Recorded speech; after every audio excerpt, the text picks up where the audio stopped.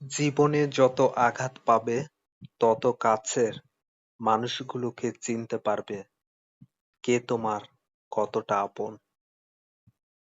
তীরের আঘাতের চেয়ে কথার আঘাত অনেক কষ্টকর বলে মনে হয়। কারণ তীরের আঘাতে পাওয়া ব্যথা ও দাগ সময়ের সাথে শরীর থেকে মুছে গেলেও কথার আঘাত কখনোই ভোলা যায় না। তরবারির ক্ষতের আরোগ্য আছে, কিন্তু জীবের দ্বারা সৃষ্ট ক্ষতের আরোগ্য নেই।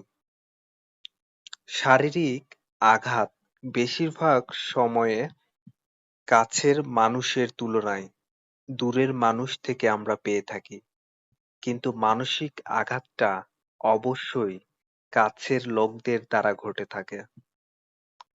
কখনো কখনো শারীরিক আঘাত সহ্য করা যায়, তবে মানসিক আঘাত সহ্য করার ধৈর্য সকলের থাকে না, এবং শারীরিক আঘাতের তুলনায় মানসিক আঘাতটাই মানুষের সবচেয়ে বেশি ক্ষতিকর হয়ে থাকে।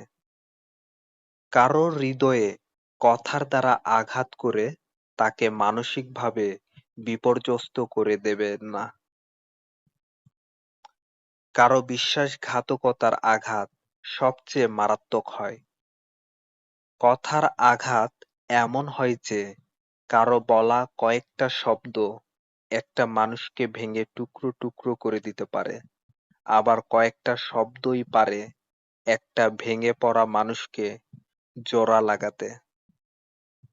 আমরা যেকোনো কারো থেকে আঘাত পেতে পারি, তবে এই আঘাত সামলানোর ধৈর্য, সাহস, শক্তি সবকিছু আমাদের মধ্যে থাকতে হবে।